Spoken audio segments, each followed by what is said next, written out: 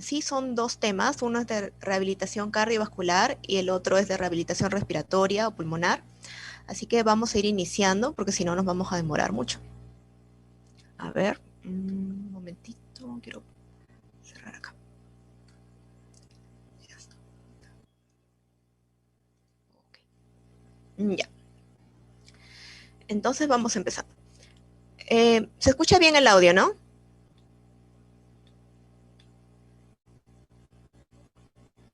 Sí, doctora, se escucha. Ok, perfecto. Si en algún momento se pierde el audio, pasa algo, o alguno tuviera alguna pregunta, activan su micro y me la hacen llegar. Ok, muy bien, empezamos.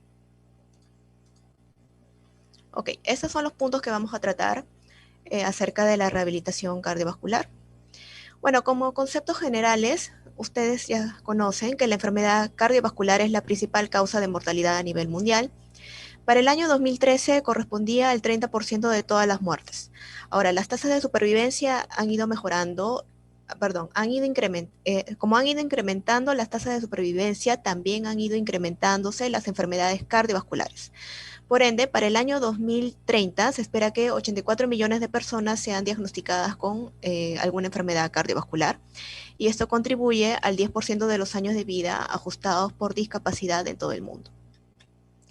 Ahora, con respecto a la rehabilitación cardiovascular, se ha visto que mejora lo que es la calidad de vida, disminuye la morbimortalidad y en las guías de práctica clínica evidenciamos que es costo efectiva y tiene una recomendación de clase 1A.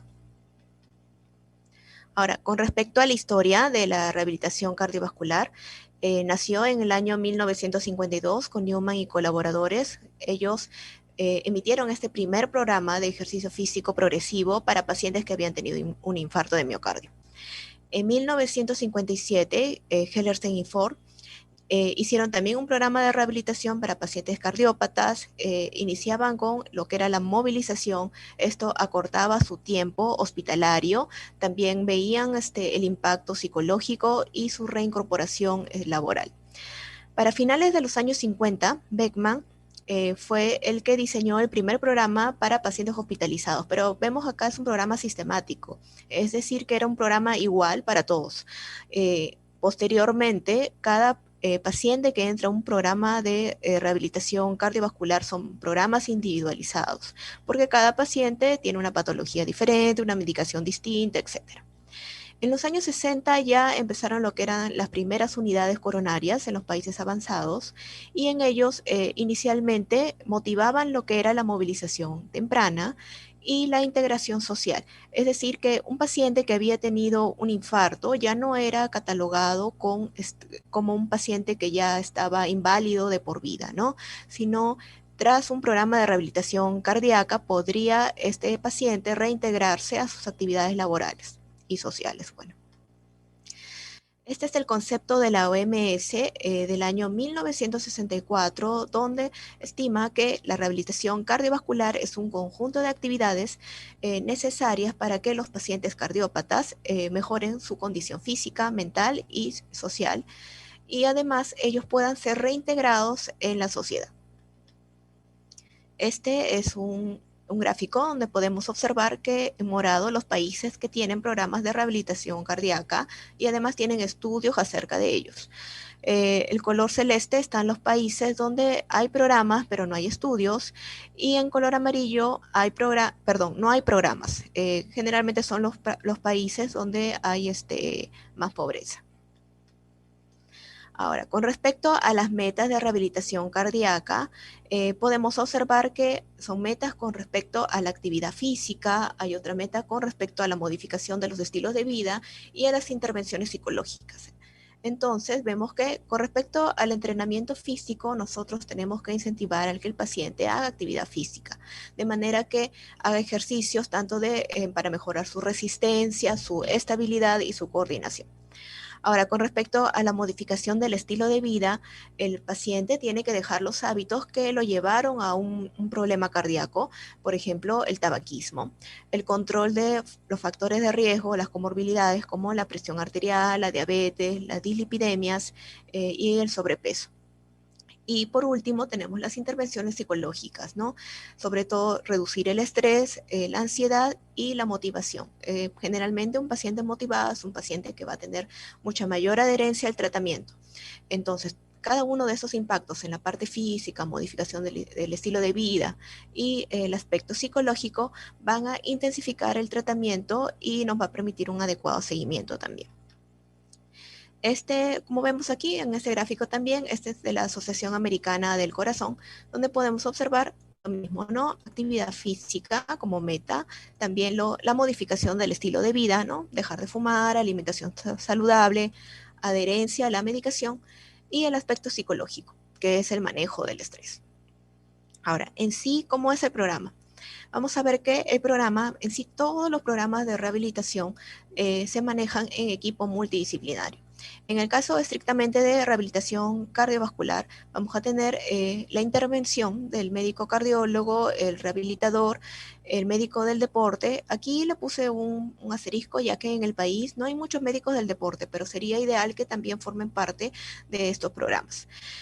Un enfermero de rehabilitación cardíaca, los terapeutas físicos, ocupacionales, psicólogos. Ahora, con respecto a los terapeutas y al enfermero, tienen que ser también capacitados en qué hacer en el caso de que el paciente tuviera alguna descompensación.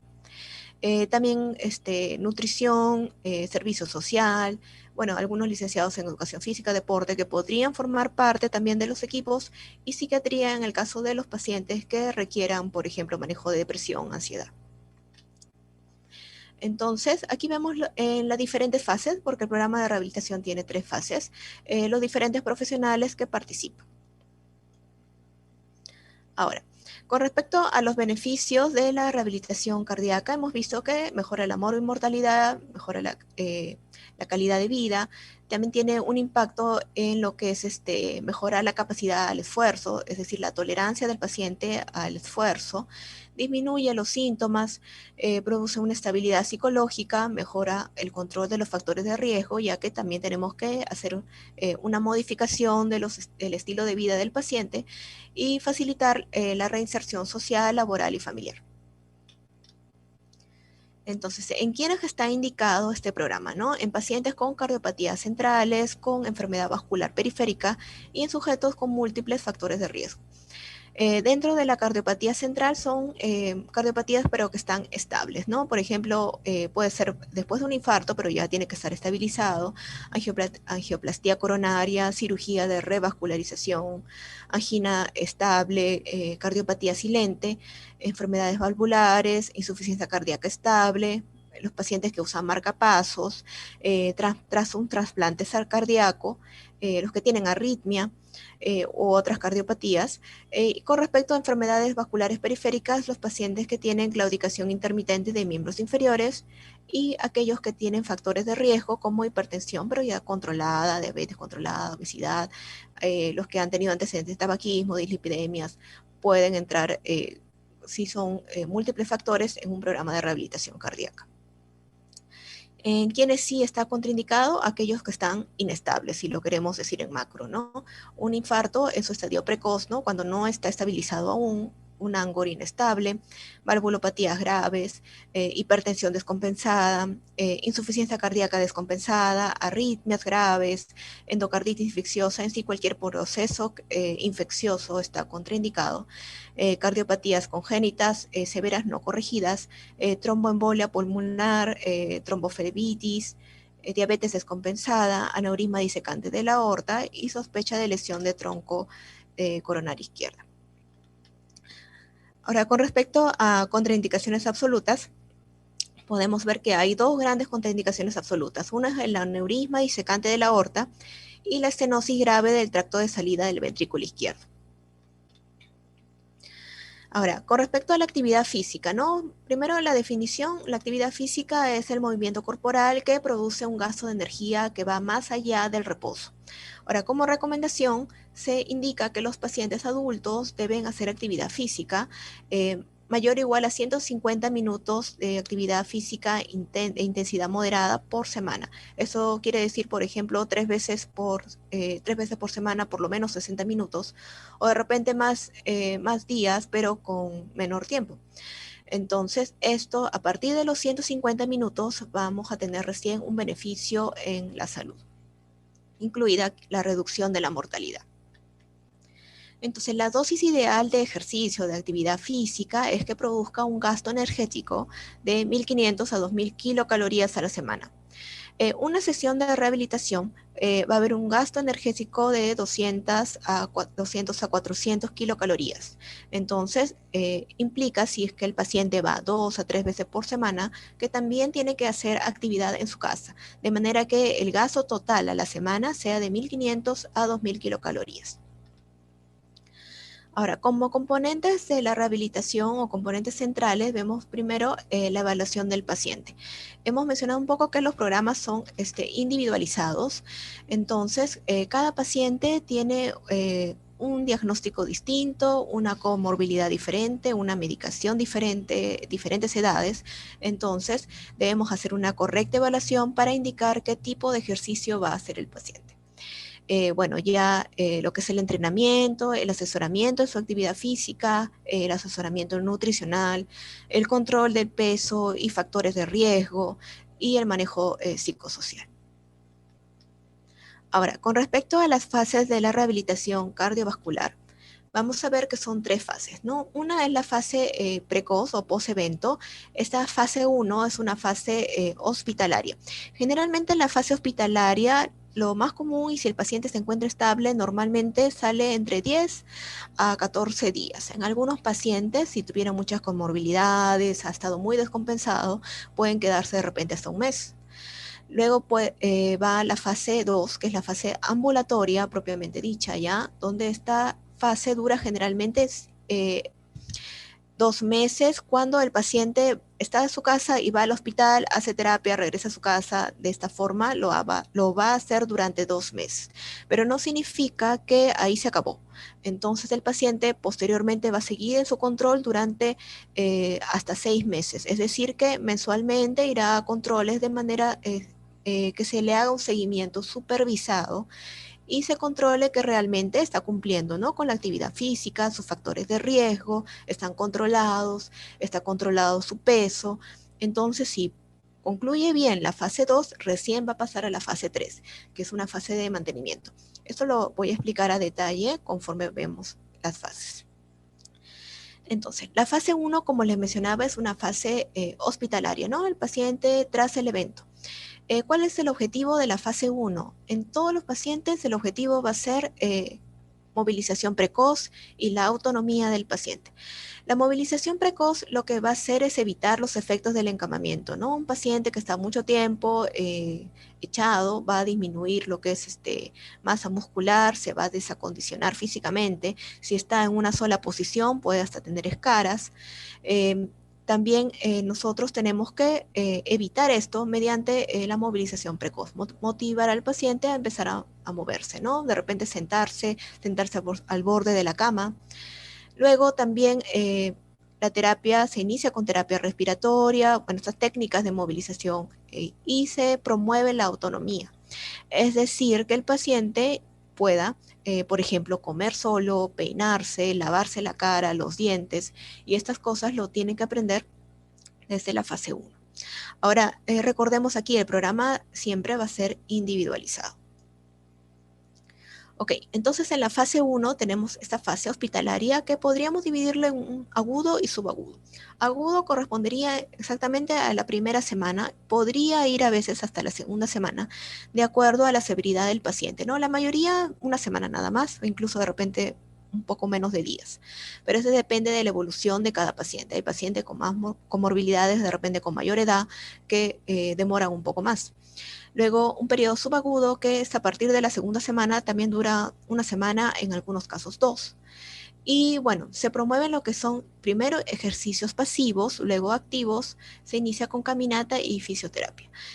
Con respecto a ejercicios pasivos, es ayudados, ¿no?, por un terapeuta. Por ejemplo, un movimiento pasivo es esto, ¿no?, yo ayude, ¿no?, o un terapeuta ayude en la flexión del brazo, ¿no? Esto es algo pasivo. Activo, que el paciente lo haga solo.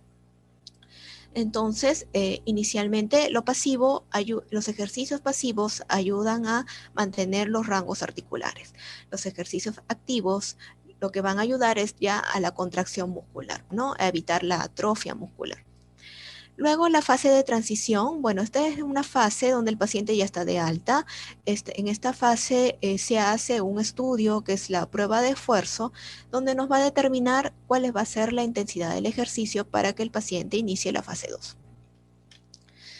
Ese es un cuadro para que ustedes puedan observar qué ocurre cuando el paciente está mucho tiempo en inactividad, ¿no? Un paciente joven, después de 28 días de estar en inactividad, pierde 500 gramos de masa muscular en las piernas. Ahora, esos pacientes que son adultos, son mayores, si son mayores de 65 años, luego de 10 días de inactividad van a perder 1500, y un paciente hospitalizado, luego de 3 días de inactividad, pierde 1500 gramos de masa muscular. Es por esto que se insiste en que el paciente inicie con ejercicios y movilización precoz. Entonces, diariamente en las sesiones antes del ejercicio se toma la frecuencia cardíaca y la presión arterial, se tiene que tomar también un electrocardiograma, también ver cuál es el basal del paciente, si hay limitación articular o disminución en su fuerza, si hay algún síntoma, ¿no? Por ejemplo, mareos. En general se tiene que hacer una evaluación del paciente, y vamos a ver ahorita con respecto a la escala de Borg y la intensidad del ejercicio.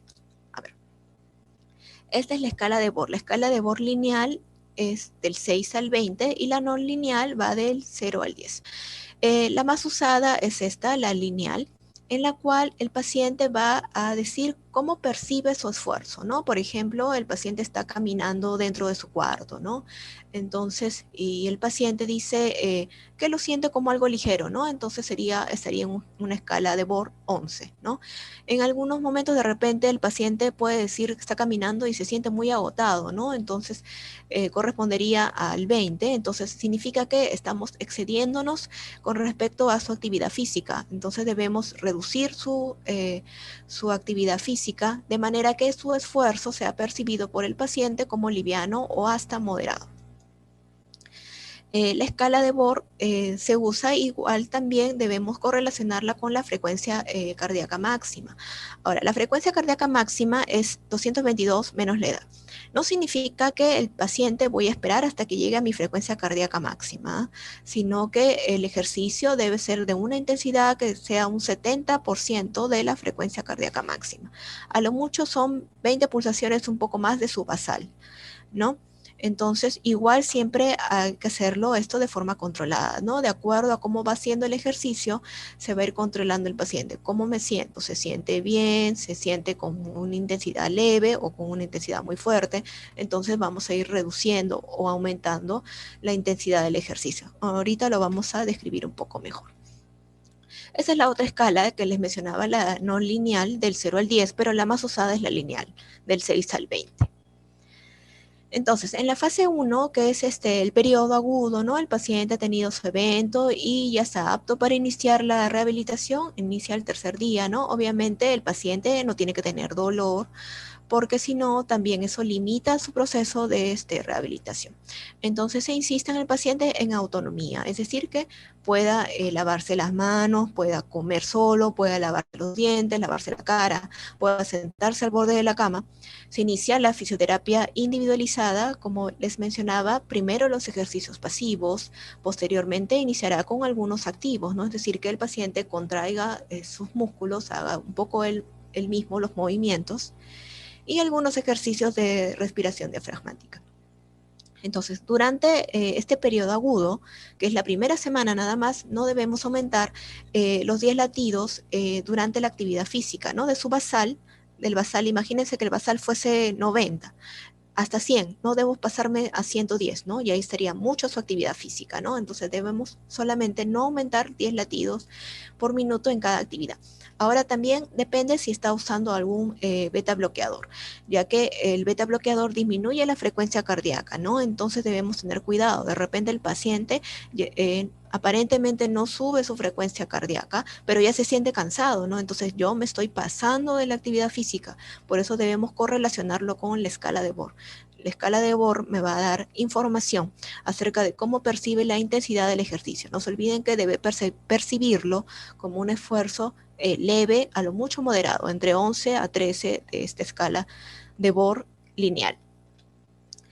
Entonces, bueno, en el periodo agudo, si han sido casos médicos que se han controlado con medicación, se inicia lo que es la terapia física, y si han sido casos quirúrgicos, también se trabaja con respecto a evitar la obstrucción bronquial, atelectasia, hipoventilación, ¿no? En ambos casos hay que trabajar con respecto a movilización y terapia respiratoria.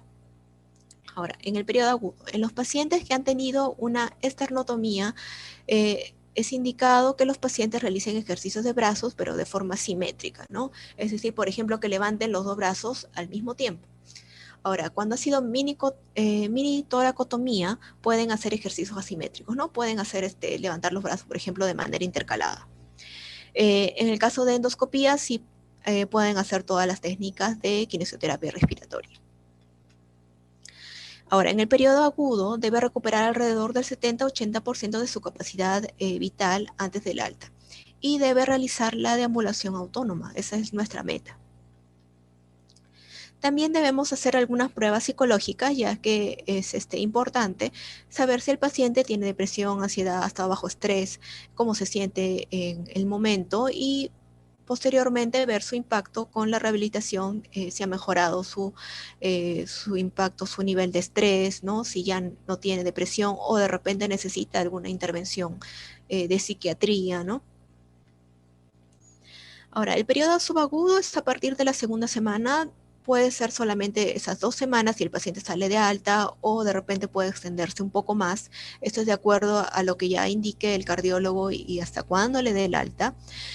Con respecto a esta fase, inicia sobre todo lo que son las caminatas, mucho más ejercicios ya activos, ¿no? De flexoextensión, y se orienta al familiar, ¿no? De cómo va a hacer algunos ejercicios, movilizaciones y autonomía en el hogar.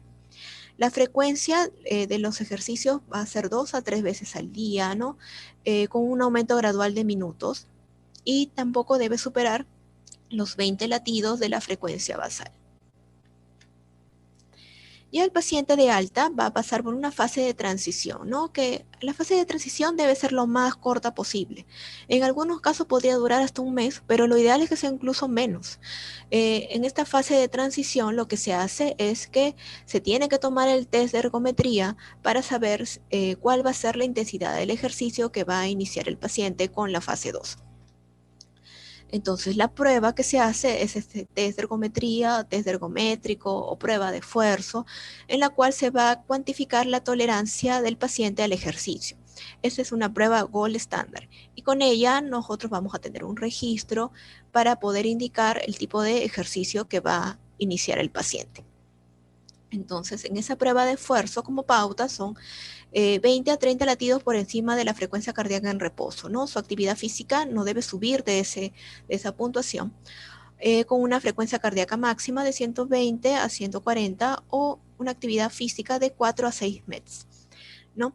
Si consideramos con la frecuencia cardíaca máxima estimada para la edad, tiene que ser a un 70 hasta un 75%. No debe superar el paciente esa frecuencia cardíaca, ¿no? Porque si no, estaría yéndose a los factores o al riesgo de alguna descompensación cardiovascular. Entonces, ya el paciente en la fase 2, vamos a ver que el objetivo ya es mejorar su función cardiovascular, ¿no? La fase 2 ya es una fase ambulatoria, ¿no? El paciente está en su casa y va a sus sesiones de rehabilitación, que pueden ser 2 a 3 veces por semana, ¿no? De acuerdo a la indicación y también del médico y del establecimiento, también como lo han dispuesto en su programa. El trabajo siempre va a ser individualizado. Es importante la educación del paciente en sí en todas las fases. El paciente tiene que conocer cuál es su patología, por qué le dio, cuáles son sus factores de riesgo, cómo tiene que controlar su medicación, los ejercicios que tiene que hacer, tanto él como el familiar, porque es importante que el paciente reconozca cuáles son sus factores, y posteriormente esto va a mejorar también su adherencia al tratamiento. También el trabajo con psicología, ¿no? Es importante que el paciente tenga un buen estado, que no esté deprimido, que no esté ansioso, de manera que esto también lo va a motivar a trabajar y a hacer los ejercicios. Y bueno, siempre promover la autonomía del paciente. Entonces, bueno, este programa de rehabilitación ambulatorio generalmente dura un periodo de 2 meses. Ahora, no significa que 2 meses ahí ya se va a acabar, ¿no? Acá dice duración 6 a 12. Lo que significa es que 2 meses va a ir el paciente de su casa, va a ir de su casa al hospital, va a hacer su terapia, va a regresar, ¿no? Luego de ese tiempo acaba esta fase de entrenamiento en el hospital. Posteriormente se va a controlar al paciente una vez al mes, viendo que realmente esté cumpliendo con el programa, ha aprendido realmente, está haciendo la actividad física, ha modificado sus hábitos, está controlando su peso, sus factores de riesgo. Entonces se le va a hacer ese seguimiento hasta los 6 meses del evento. En algunos casos podría ser hasta los 12 meses, de acuerdo a diferentes factores, ¿no?, propios de los pacientes. Y ya posteriormente de eso va a pasar recién a la fase 3, que ya es una fase de mantenimiento. Entonces se inicia con ejercicios activos, que ahorita lo vamos a ver. Y bueno, también ven su reinserción laboral, ¿no? Hay un trabajo conjunto con el asistente social, de manera que van a ver cómo va a ser su reingreso a su trabajo, ¿no? Si va a ir a su mismo puesto de trabajo o le corresponde reubicarse en alguna otra área, de acuerdo a también qué trabajo ejercía el paciente. Entonces ya en la parte de actividad física, ¿no? El paciente que va al hospital y empieza a hacer el ejercicio, primero se tiene que seleccionar al paciente, ¿no? El paciente va a venir con su test de ergometría, entonces nosotros tenemos que indicar un ejercicio de acuerdo a los resultados del test. Se inicia lo que es el ejercicio en sí, es 10 a 15 minutos de calentamiento y ejercicios aeróbicos de 20 a 30 minutos, ¿no? Posteriormente la fase de relajación de unos 10 minutos más. Ahora, en lo que corresponde a los ejercicios aeróbicos, vamos a tener dos tipos de pacientes. Un paciente que tiene negatividad electroclínica, esto es de acuerdo al resultado de la prueba de esfuerzo. Entonces en ellos se le va a indicar el ejercicio con una intensidad de un 75, un 85% de la frecuencia cardíaca máxima. En cambio, a los pacientes que han tenido positividad en la prueba o sintomáticos, el ejercicio va a ser de 75% de la frecuencia cardíaca máxima. Ahora, en la fase 2, después de esta fase de ejercicios, también hay una fase un periodo de relajamiento, ¿no? Todo ejercicio debe ser así: calentamiento, ejercicios y relajación. La relajación son de 8 a 10 minutos. Y bueno, el programa, se hace un programa de instrucción a los pacientes, se estimula también controlar sus factores de riesgo y el apoyo, creo que es el apoyo psicológico. Ahora, durante todos estos ejercicios se debe estar controlando la frecuencia cardíaca del paciente y siempre preguntándole cuál es su percepción con respecto a la intensidad del ejercicio, es decir, la escala de Bohr. De repente, teóricamente, el paciente está yendo bien, pero el paciente ya se siente muy cansado. Entonces, hay que disminuir la intensidad del ejercicio. Posteriormente, conforme el paciente vaya evolucionando, se va a incrementar lo que es la duración de la actividad física. Pueden ser ejercicios de forma continua o ejercicios intermitentes. Y en toda la etapa va a recibir apoyo psicosocial y apoyo para la reinserción laboral. Lo que veíamos acá es la intensidad del ejercicio va a ir de 70 a 85% de la frecuencia cardíaca máxima esperada, ¿no? Y eso es el nivel óptimo de intensidad. Si superamos esos valores, estaríamos ya en riesgo de alguna complicación cardiovascular en el paciente. Habíamos visto ya la frecuencia cardíaca máxima es 220 menos la edad.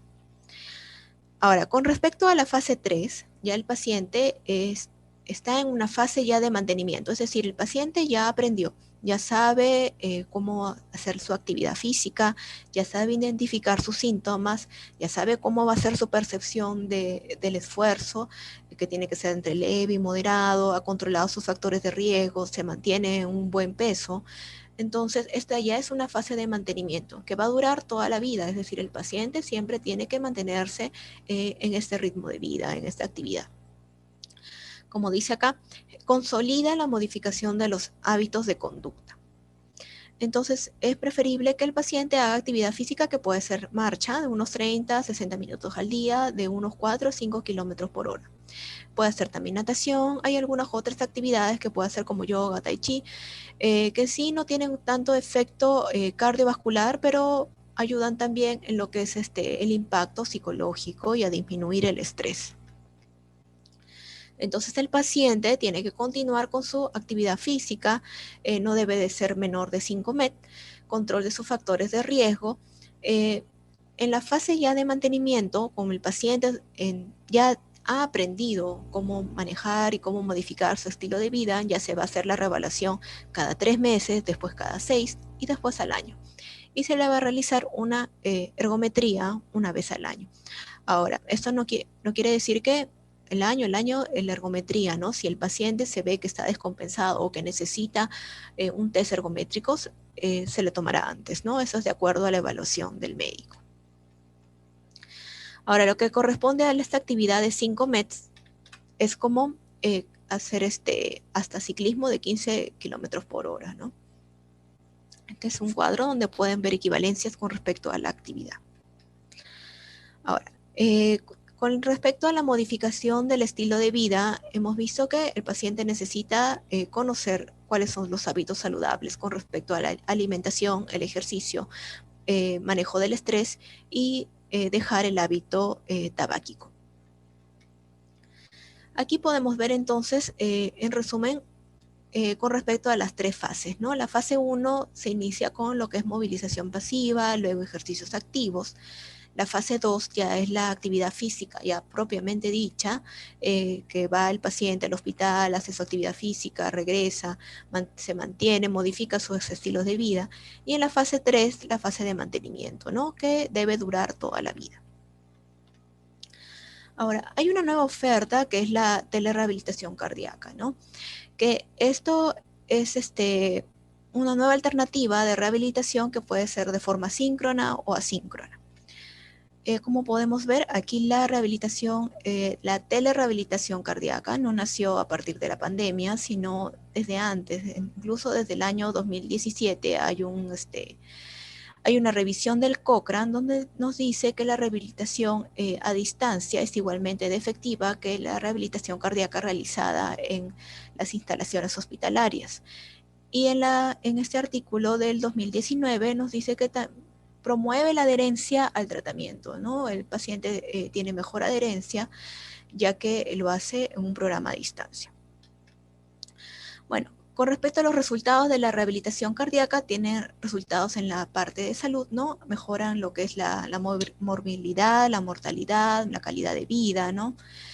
Aumentan, tienen resultados clínicos, resultados conductuales, porque también tenemos que modificar lo que es el impacto psicológico, resultados también en los servicios, ¿no? Porque el paciente se siente mucho más satisfecho y es costo efectiva. No olvidar que la rehabilitación disminuye un 26% de la mortalidad cardiovascular y reducción del 18% del riesgo de ingreso hospitalario. Ahora, como puntos claves entonces en la rehabilitación cardiovascular, sabemos, es costo efectiva, tiene buen grado de evidencia. Los programas son individualizados, como vemos son 3 fases. Una fase es hospitalaria, es decir, durante todo el periodo en que el paciente está hospitalizado, ¿no? Esto busca la autonomía del paciente, la movilización precoz. Luego tenemos la fase 2, que es la ambulatoria. Inicialmente dura la que va el paciente al hospital, como dice allí, 2 meses, ¿no? El paciente va, regresa, ¿no? Luego está durante un periodo de supervisión en la cual va a ir mensualmente para ver si realmente aprendió. Esto busca la fase 2, mejorar la función cardiovascular, y la fase 3 es una fase ya de mantenimiento, es decir, el paciente ha aprendido, el paciente ya modificó su estilo de vida, entonces esta fase es sobre la consolidación de la modificación del estilo de vida. Ok. ¿Alguna pregunta, chicos, con respecto a rehabilitación cardiovascular?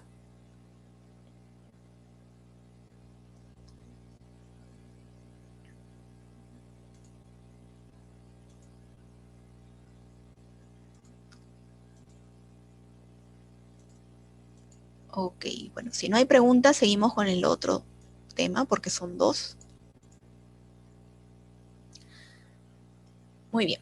El otro tema es acerca de rehabilitación respiratoria. Esta es la agenda. Bueno, como conceptos generales tenemos que la función respiratoria o la función primaria del aparato respiratorio es el intercambio de gases entre el aire inspirado y la sangre capilar alveolar, ¿no? Mediante la ventilación, difusión y perfusión. El centro respiratorio se encuentra a nivel de bulbo y protuberancia y es muy sensible a los cambios en CO2 y oxígeno de la sangre. Los trastornos respiratorios, como podemos ver, son patrones restrictivos o patrones obstructivos, ¿no? Restrictivos impiden la expansión del pulmón y obstructivos producen obstrucción de las vías aéreas. Aquí, bueno, el concepto del EPOC. EPOC es una enfermedad lenta y progresiva caracterizada por una limitación del flujo aéreo debido a la reacción inflamatoria exagerada de las vías aéreas y el parénquima. Ahora, ¿por qué lo pongo el EPOC? Porque a raíz del EPOC nació la rehabilitación respiratoria. Bueno, con respecto a algunas estadísticas, en España afecta el 9% de la población entre 50 y 69 años, aumentando su prevalencia conforme la persona aumenta en edad. En Latinoamérica hay dos estudios, el estudio de Platino y el estudio de Prepocol, que no incluye al Perú, pero sí estima que la prevalencia va de un 8 hasta un 20%. Como vemos en este cuadro, la rehabilitación pulmonar o respiratoria nació a partir del EPOC. Entonces vemos aquí el concepto en sí ya de rehabilitación respiratoria. La Sociedad Torácica Americana y la Sociedad Europea también respiratoria nos dicen que la rehabilitación es una intervención multidisciplinaria, es también individualizada, que busca lo que es la modificación del aspecto físico, educativo, y la modificación de la conducta, es decir, el estilo de vida, ¿no? Esto influye o pretende mejorar la condición física y psicológica en las personas con enfermedades respiratorias. Como un concepto ya práctico, hace referencia a eliminar las secreciones de las vías respiratorias y mejorar la ventilación pulmonar. Y está indicada en diferentes patologías como el asma o el EPOC. Con respecto a los objetivos de la rehabilitación respiratoria, vemos que no solamente influye en la parte física, ¿no? Sino también en la parte psicológica. Es decir, al paciente en general tenemos que hacer un enfoque biopsicosocial, ¿no? Otro objetivo es controlar y aliviar los síntomas, aumentar la tolerancia al esfuerzo, mejorar que el paciente pueda aprender a realizar de manera más efectiva sus actividades de la vida diaria, mejorar la calidad de vida, promueve la interacción social, evita complicaciones respiratorias y musculares secundarias al reposo prolongado en cama y optimiza la utilización de los recursos en salud. Entonces, como indicación, hay diferentes patologías, pero vemos la primera, el EPOC, que es con la patología con la que nació, pero también indica para lesiones pulmonares intersticiales, para el asma, para dilatación de bronquios, para oncología torácica y en algunos otros problemas que no son específicamente pulmonares, por ejemplo, en la disfunción muscular severa, ¿no? Por ejemplo, algún paciente con distrofia, esclerosis lateral amiotrófica, ¿no? Enfermedades de la placa neuromuscular, también están indicados realizar rehabilitación pulmonar. En patología respiratoria coexistente con obesidad, pero obesidad mórbida, en periodos perioperatorios, en los pacientes que han tenido periodos prolongados hospitalizados con reposo prolongado, y en aquellos pacientes que han estado en ventilación mecánica con un destete difícil o una ventilación prolongada sobre todo. Aquí vemos otra indicación más en aquellos pacientes con secuelas posteriores a un síndrome de dificultad respiratoria aguda, pero que ya se encuentran estables, ¿no? En un estado crónico. Aquí observamos que es eficaz entonces la rehabilitación con grado de recomendación alto en mejorar la capacidad para el ejercicio, disminuye la disnea, mejora el estado de salud y la calidad de vida, disminuye el número de días en hospitalización, disminuye el número de nuevas hospitalizaciones por exacerbación, reduce el tiempo de recuperación de una exacerbación, aumenta la supervivencia, disminuye la ansiedad y la depresión y reduce los gastos en salud. En este cuadro podemos observar aquí, bueno, no incluye el EPOC, pero tenemos otras patologías en las cuales sí está indicada la rehabilitación respiratoria. Por ejemplo, en patologías intersticiales, dilatación de los bronquios, mucoviscidosis, hipertensión pulmonar, asma, cáncer broncopulmonar, eh, en casos de reducción de volumen de enfisema, en trasplante pulmonar también está indicado. ¿En quiénes vamos a contraindicar? En aquellas patologías cardiovasculares, pero que estén inestables, ¿no? Por ejemplo, angina de pecho inestable, infarto reciente, estenosis grave, aórtica grave, insuficiencia cardíaca inestable, enfermedad tromboembólica evolutiva, aneurisma ventricular y arritmia incontrolada.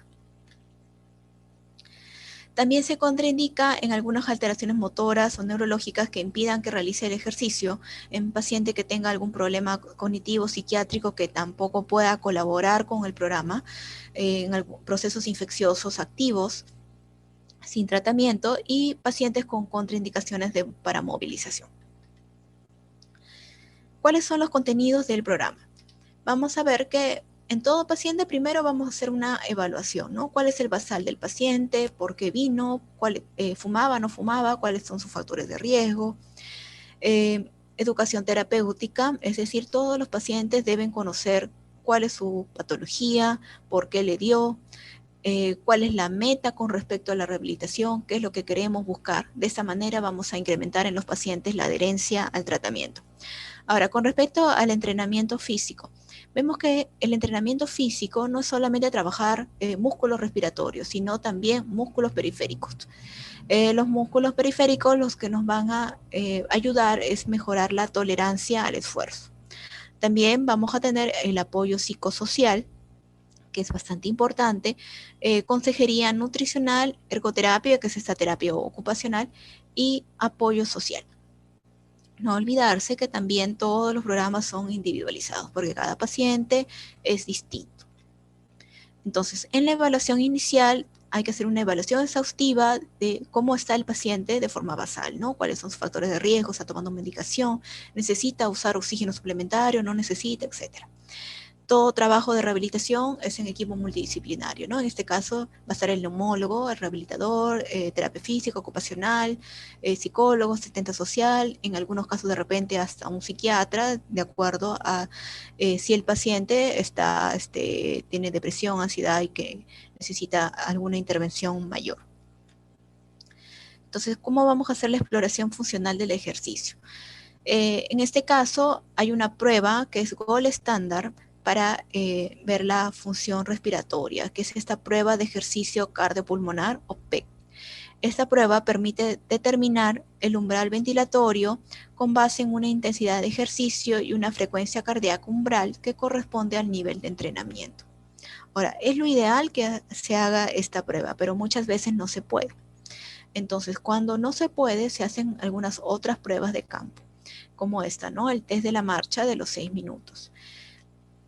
En este caso vamos a tener un pasillo que va a tener una distancia de unos 30 metros y cada 3 metros vamos a marcar, ¿no? En este caso se lo marcan con un cono, ¿no? Se indica al paciente hacer el recorrido, ¿no? Ir y venir durante unos 6 minutos. Durante esos 6 minutos se va a ir controlando lo que es la saturación, la frecuencia cardíaca y también su escala de Bohr, ¿no? Lo que hemos visto también en el tema anterior, ¿no? Es decir, el paciente va caminando y va diciendo, ¿no? ¿Cómo sientes este ejercicio? Ah, lo siento leve. Ah, muy bien, sigue. Y que cumpla los 6 minutos, pero si en algún momento el paciente dice, no, que ya estoy muy cansado, ¿no? Entonces lo siento como intenso. Hay que parar el ejercicio y se anota el paciente hasta a tantos minutos sintió cansado, de repente empezó a desaturar, en ese sería necesario de repente que use oxígeno suplementario, de acuerdo a la evaluación, entonces vamos a dar alguna indicación.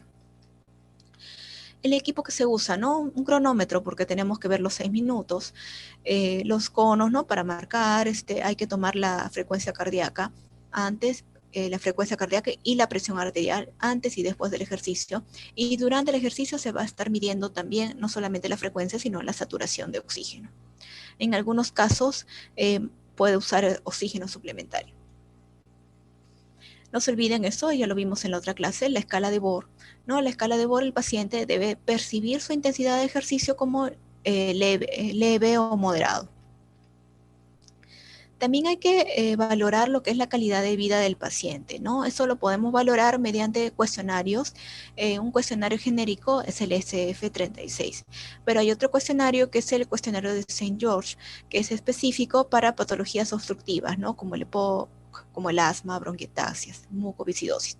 Entonces, ¿qué nos da información, no? De repente nos dice que el paciente al caminar dentro de su casa en una sola planta siente como un esfuerzo muy intenso. Entonces, después del programa de rehabilitación, ahora ya puede subir las escaleras, ya no sé, ya eso de caminar en una sola planta lo siente como muy leve y logra subir escaleras. Entonces ya estamos valorando cómo ha sido el impacto en su calidad de vida, ¿no? A la par de la rehabilitación, ¿no? Si está haciendo de manera adecuada la rehabilitación y qué tanto está impactando esto en su calidad de vida. Entonces, bueno, en la evaluación inicial hay diferentes factores que tenemos que tomar en cuenta, ¿no?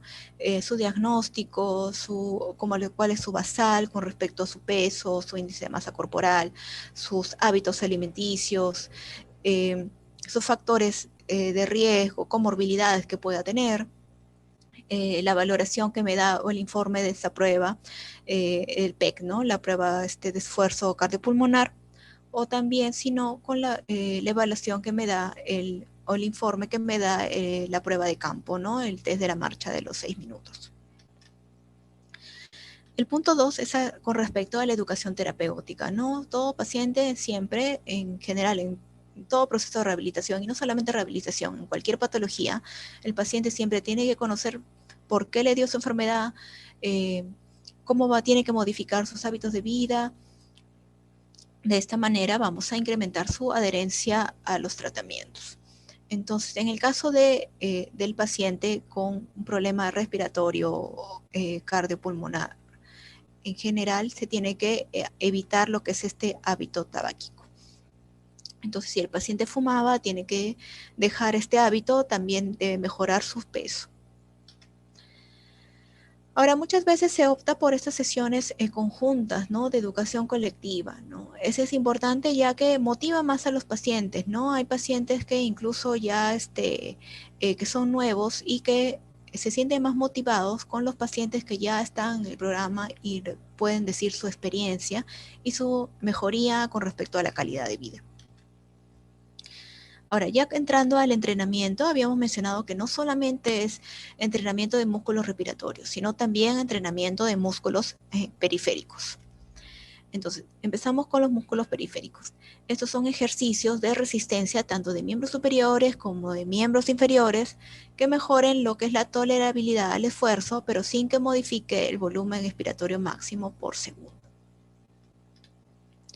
Entonces, un paciente con una presión de oxígeno basal inferior a 60 milímetros de mercurio o con arritmia, el ejercicio debe hacerse con administración de oxígeno.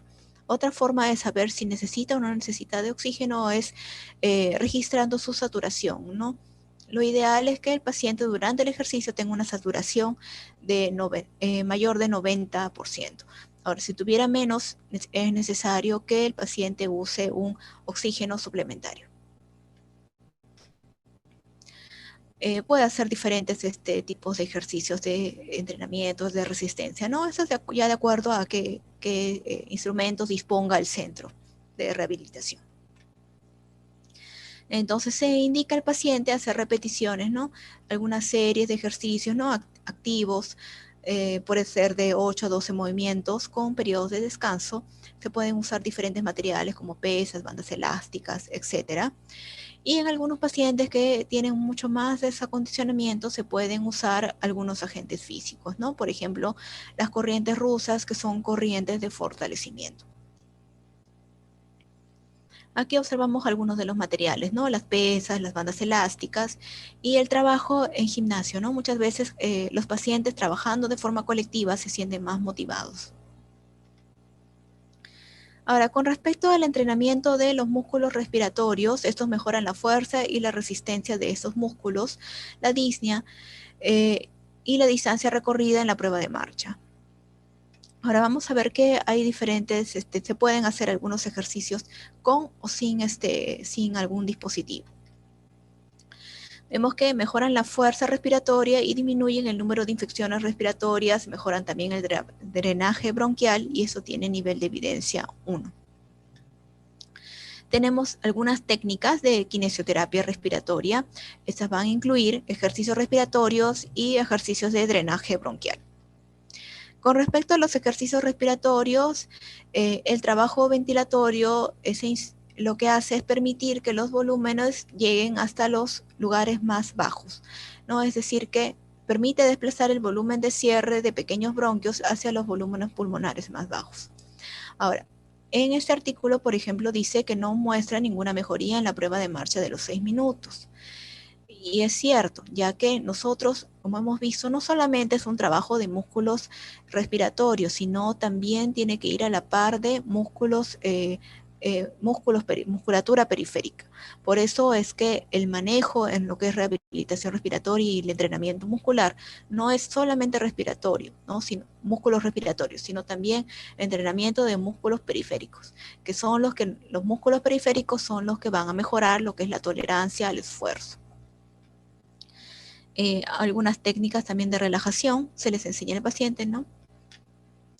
Y aquí observamos un tipo de ejercicios de expansión torácica, ¿no? Esto es mediante un estímulo propioceptivo, es decir, el terapeuta hace una presión a nivel del tórax y esto va a servir como estímulo propioceptivo para realizar el paciente una mayor expansión. Ahora, si no tuviera el apoyo de alguien, lo puede hacer con un cinturón que también hace manera de compresión y también es un estímulo propioceptivo. También pueden haber ejercicios con algunos dispositivos, ¿no? Como los inspirómetros de incentivo. Ahora, con respecto al drenaje bronquial, vemos que el drenaje bronquial está indicado solo en casos en que el paciente es broncorreico y los métodos de aceleración de flujo se hacen diferentes métodos que incluyen lo que son percusiones y vibraciones en diferentes posiciones. Esto de acuerdo a la posición del árbol bronquial, ¿no? Esto lo que facilitan es el drenaje de secreciones. Entonces, como su principal indicación es en la acumulación de secreciones. Lo que sí está contraindicado en pacientes con insuficiencia respiratoria grave, hipertensión intracraneal, hemoptisis, pacientes politraumatizados y algún paciente que no tolere este ejercicio. Siempre también tenemos tener el apoyo psicosocial, ¿no? El apoyo psicosocial porque muchos de esos pacientes tienden a la ansiedad, depresión, ¿no? En el caso de los pacientes que tuvieron o que tienen, perdón, EPOC, ellos tienen, el 40% de ellos tienen síntomas de ansiedad y depresión. Y la prevalencia aumenta si el paciente o tiene más complicaciones de la enfermedad o si usa oxígeno suplementario. Ahora, con respecto al apoyo nutricional, es evidente que el paciente debe mantenerse en un peso sano. Ahora, muchos pacientes que tienen EPOC tienden a bajar de peso. Entonces, se considera que un índice de masa corporal inferior a 21 es un factor de mal pronóstico. Con respecto a ergoterapia, lo que hace es optimizar el control de la respiración mediante con ejercicios de manera que el paciente ahorre energía y optimice su aporte, su gasto energético y que pueda hacer a la par con si es que necesita o no necesita un apoyo de oxígeno. Con respecto al apoyo social, también la asistenta o asistente social ve en el caso que el paciente requiera una reubicación laboral, también le informa o le orienta acerca de obtención de un carnet de discapacidad. Al final, lo que debemos es que el paciente mantenga sus hábitos a largo plazo, es decir, que continúe haciendo actividad física de forma regular, también que modifique su estilo de vida, deje el hábito sabático, su control del peso. Este es un ejemplo de un programa de rehabilitación de España donde hacen ejercicios o este programa de rehabilitación durante unas 8 semanas. Vemos que no solamente son ejercicios respiratorios, sino también ejercicios de resistencia de musculatura tanto de miembros inferiores y entrenamiento también de miembros superiores, ¿no? Entonces, nuevamente les repito, no solamente ejercicios respiratorios, sino también ejercicios de la musculatura periférica. Aquí vemos entonces este programa, por ejemplo, tiene entrenamiento de ejercicios, resistencia de extremidades inferiores, de superiores y también entrenamiento de músculos respiratorios. Ahora, eso con respecto al generalmente al EPOC, porque la mayoría son de rehabilitación respiratoria, como les mencionaba, nació con EPOC. Pero vamos a ver un poquito acerca de rehabilitación del COVID, porque también sabemos es una patología que tiene mayor compromiso a nivel respiratorio, pero también compromete otras áreas. Ahora, con respecto a información, esta es la herramienta del Cochrane, que es la herramienta Recover, en la cual aún no hay muchos estudios acerca de rehabilitación. La mayoría son estudios analíticos y descriptivos, pero conforme pase el tiempo van a ir apareciendo nuevos estudios con mayor nivel de evidencia. Como observamos aquí, la mayoría son un nivel de evidencia 4 y el 4 corresponde a una serie de casos o estudios de corte y casos control de baja calidad. Pero esto no desestima, ya que nuevamente les repito que aún la evidencia, perdón, algunos los estudios son pocos. Ahora, acerca del manejo en rehabilitación, nos guiamos más de las guías del Reino Unido, la guía de Italia, de España y de Estados Unidos. Ahora, el paciente que tiene, un paciente que ha tenido un problema de COVID y ha sobrevivido a la enfermedad puede tener diferentes problemas, ¿no? Los cuales ameritan una intervención, que puede ser rehabilitación en UCI o post-UCI, rehabilitación pulmonar, rehabilitación neurológica, rehabilitación cardíaca, porque hay algunos que pueden tener algún problema de cardiopatía, rehabilitación de secuelas cognitivas, rehabilitación de secuelas musculoesqueléticas y salud mental. Las guías de NICE, que son las guías del Reino Unido, recomiendan que el paciente inicie los programas de rehabilitación dentro de los primeros 30 días, ¿no? En la fase posaguda. Esto va a tener un mayor impacto en su recuperación. Como objetivos grandes de la rehabilitación son aliviar los síntomas de disnea y de estrés psicológico, mejorar la participación en la rehabilitación, mejorar la función física y la calidad de vida. Como vemos, ese tiene nivel de evidencia 5. No es un nivel de evidencia muy alto, es solamente de opinión de expertos, pero esto es a raíz de que aún no hay una gran cantidad de estudios que puedan respaldar. Igual también recomendaciones acerca del EPP. Es importante que el paciente, el paciente y el que hace el ejercicio o el profesional del equipo multidisciplinario también use un EPP adecuado.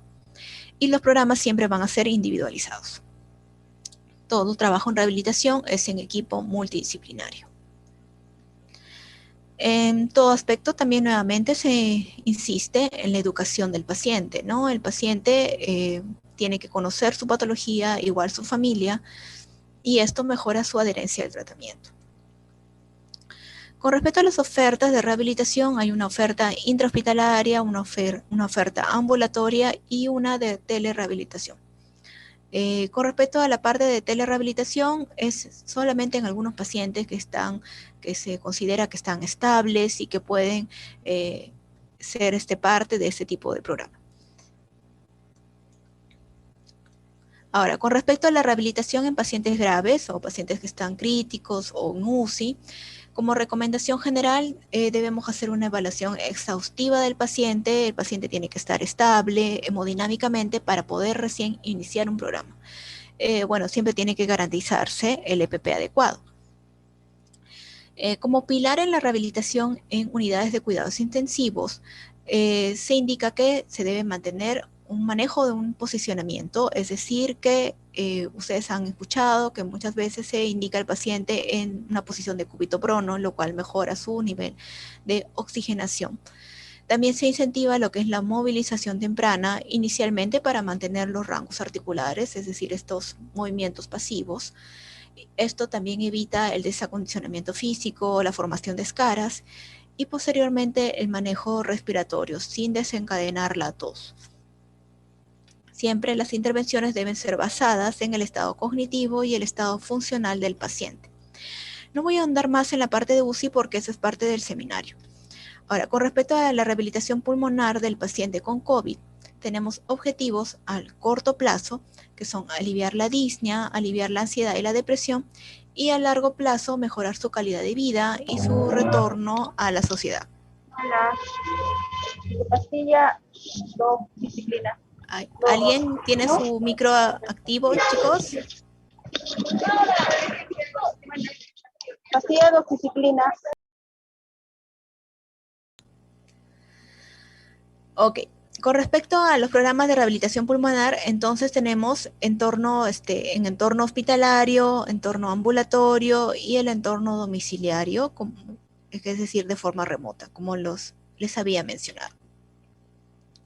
Ahí, ya está.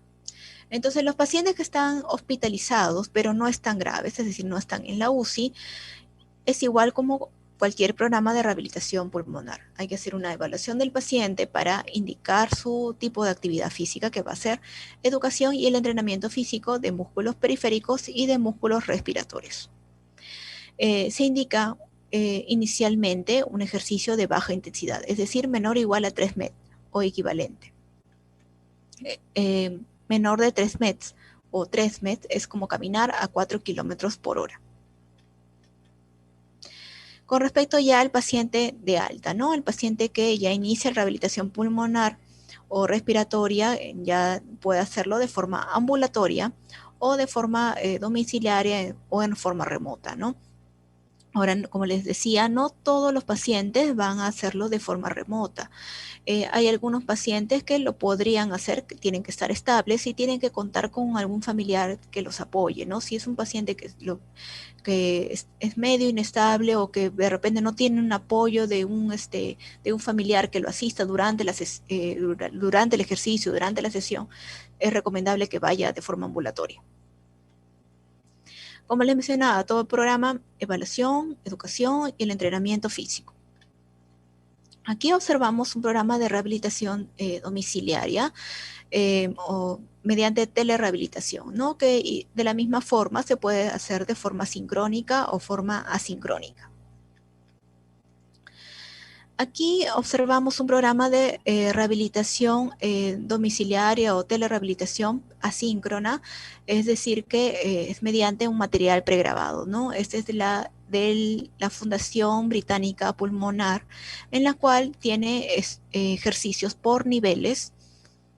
Ahí ustedes lo pueden revisar y tiene videos, ¿no? Videos instruccionales donde el paciente va a ir replicándolos en la casa, ¿no? También tiene un manual de ejercicios en el cual el paciente también se puede guiar. Entonces, como conclusión de un programa de rehabilitación respiratoria, no olvidarse que primero la evaluación del paciente para poder determinar cómo va a ser su ejercicio, si tiene factores de riesgo, necesita oxígeno suplementario o no. Educación del paciente, es importante que sepa por qué tiene la enfermedad, cuáles son sus metas de rehabilitación, qué necesita hacer. Y el entrenamiento físico, de músculos periféricos, de músculos respiratorios, apoyo psicosocial, consejería nutricional, ergoterapia y apoyo social. No olvidarse, programas son individualizados siempre. De la bibliografía, listo. Muy bien, chicos. ¿Alguna pregunta, alguna duda que tengan? Buenas tardes, doctora. ¿Qué tal? Sí. Hola, ¿podría describir un poco más, hablar un poco más sobre el test ergométrico o la prueba de esfuerzo? O sea, más o menos cómo es, en qué consiste. Okay, la prueba de esfuerzo es que es en la parte de rehabilitación cardíaca, ¿no? El paciente va al hospital, le ponen unos electrodos, ¿no? Es como si hicieran un electrocardiograma durante el ejercicio. Entonces el paciente va a estar en la banda elástica, ¿no? En la banda, ¿no? En la caminadora. y le van a poner un ejercicio, una caminata suave, ¿no? Entonces van a ir viendo si hay alguna, se va descompensando o si tiene un ritmo sinusal, ¿no? Si tiene un ritmo sinusal y la intensidad del ejercicio, entonces bien. Ahora, si en ese momento van subiendo la intensidad del ejercicio, de repente empieza a haber algunas alteraciones, entonces van a ir reduciendo la intensidad del ejercicio. De esta manera se va a saber con cuánto va a iniciar de ejercicio y si es y si hay alguna actividad o no electrodinámica, es decir, si empieza a haber alteración de este ritmo sinusal. Ah, listo. Entonces eso más o menos me dará el MEDS, ¿cierto? Claro, o Con el sea, cual yo puedo hay, iniciar. ajá, o sea, ahí tú ya con esa intensidad, tú ya se va a ir sabiendo, ¿no? Con cuánto de actividad se va a indicar ya en el programa de rehabilitación, ¿no? Se sale, por ejemplo, a una intensidad, este paciente tiene que iniciar solamente con 3 MET y su frecuencia cardíaca tiene que ser tanta, según la prueba de esfuerzo. No tiene que pasar de eso, ¿no? Y eso es lo que se va a iniciar en el programa de rehabilitación. Listo, gracias, doctora. ¿Alguna otra pregunta, chicos?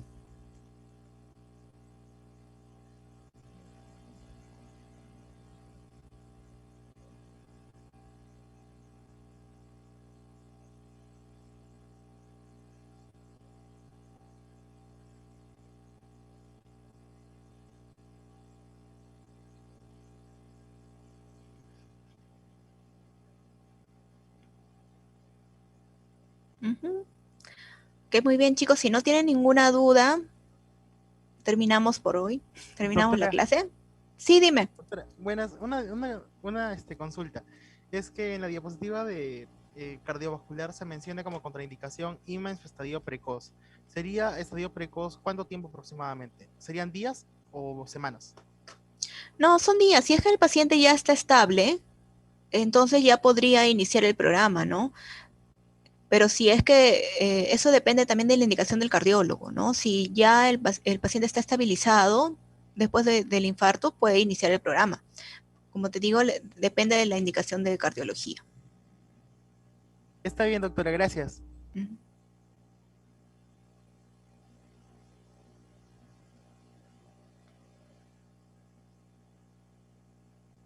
¿Alguna otra pregunta, chicos?